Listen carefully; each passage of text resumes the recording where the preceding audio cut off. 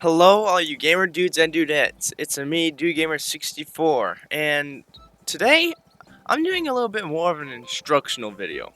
Recently, I've been playing Super Mario Maker 2, but I haven't been seeing a ton of awesome, level designs. So today, I'm going to be giving you 8 helpful tips and tricks on how to make some good Super Mario Maker levels. Tip number 1: fill in your ground spots. As you can see here, this ground spot is not entirely filled. This is not appealing to the eye. To fix this, simply just fill in your ground spots. Trust me, it'll look a lot better in the end. Just please, for goodness sake, fill in your ground spots. You'll get so much better comments and plays on your levels if you fill in your ground spots. Trust me, it's a miracle worker. Tip number 2: reset doors. Now, if you have a snake block or a moving platform in your level, and you accidentally start it, but then get off of it, and can't get back on it, there's no way of it respawning in single player mode. To fix this, simply make a reset door. To make a reset door, all you need to do is take a warp door, and then just place it down. It's so simple. The next door will spawn right beside it.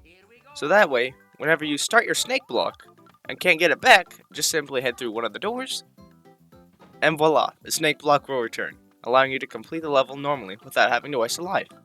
Super helpful. Tip number 3: mushrooms on power-ups. Now, some of you may not know this, but if you hold down a fire flower or any other item to pull up the properties menu, you may see that you can apply a mushroom to it. When you apply a mushroom to it in gameplay, when you're small, you'll just get a normal mushroom. However, if you hit the block, big, you'll receive the fire flower. This will work with any power-up in the game. Some exceptions are... Oh. You guys didn't see that. Some exceptions are the big mushroom in the Super Mario Bros. 1 style, and the masks in the Super Mario 3D World style. Everything else, you can apply a mushroom to. Sorry, Luigi, we'll get on with it. Tip number 4: clear conditions. To apply a clear condition, simply go over here to the picture of a flag with a mountain on the bottom of it, and then you will pull up the clear conditions menu. The clear conditions can be applied such as reach the goal without taking damage, or reach the goal without landing after leaving the ground. However, though, you can also apply clear conditions about parts of a level, such as defeating enough Goombas, or collecting enough coins. You can also make a clear condition about a status effect, meaning that you have to have a certain power-up before you can reach the goal. See here that I have reached the goal as Fire Mario, or Luigi in this case. If I apply the clear condition and then start the level, you'll see that the level is not clearable right from the very start, meaning that I have to collect the fire flower first, then head to the end of the level. Clear conditions are kind of fun depending on where you use them and how you use them. Always select the correct clear condition for your theme. Speaking of themes, tip number 5: select a theme. Now, yes, when you think of themes, you may think of the game style or the course theme. But usually when I refer to themes, I think of using a certain course part as a main aspect of the level. Meaning that if I had a Goomba theme level, that means the main enemy here would be Goombas, and usually nothing else. Take my level for example, Seesaw's Gone Silly. Here, the main chorus part is clearly the seesaws. Usually a majority of the time, you'll always see a seesaw on the screen. This is exactly what a theme is supposed to do. Make sure that you put the course part almost everywhere in the level. However though, if you're using an enemy, I highly suggest you don't enemy spam. Just nicely space them out, please, for everyone's sake. Tip number 6: freeform making. Now you may be wondering, what exactly is freeform making? Well, I'll tell you. Freeform making is actually pretty simple to explain.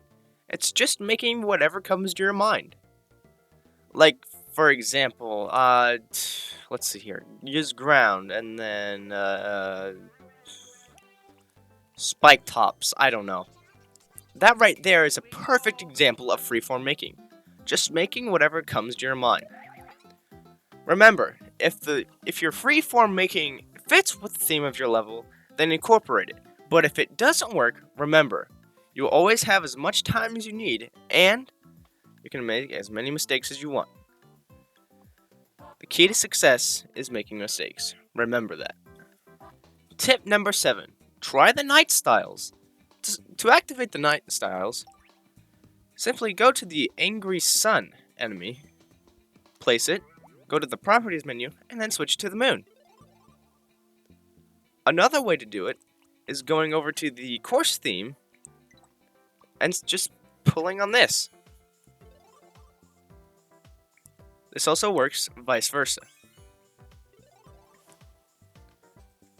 Whenever you select the night theme, crazy things usually happen to the levels. For example, in the desert theme for the night, gusts of wind will occasionally blow.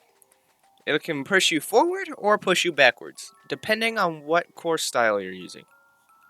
For example, in the new Super Mario Bros. U theme, the gust of wind will always push you forward, no matter how long it is. I'm sorry, Luigi, we'll get on with it. Tip number 8. Experiment.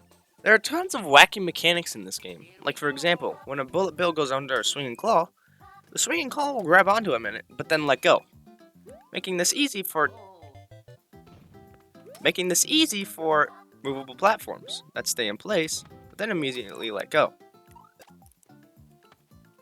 Again, there are tons of wacky mechanics in this game.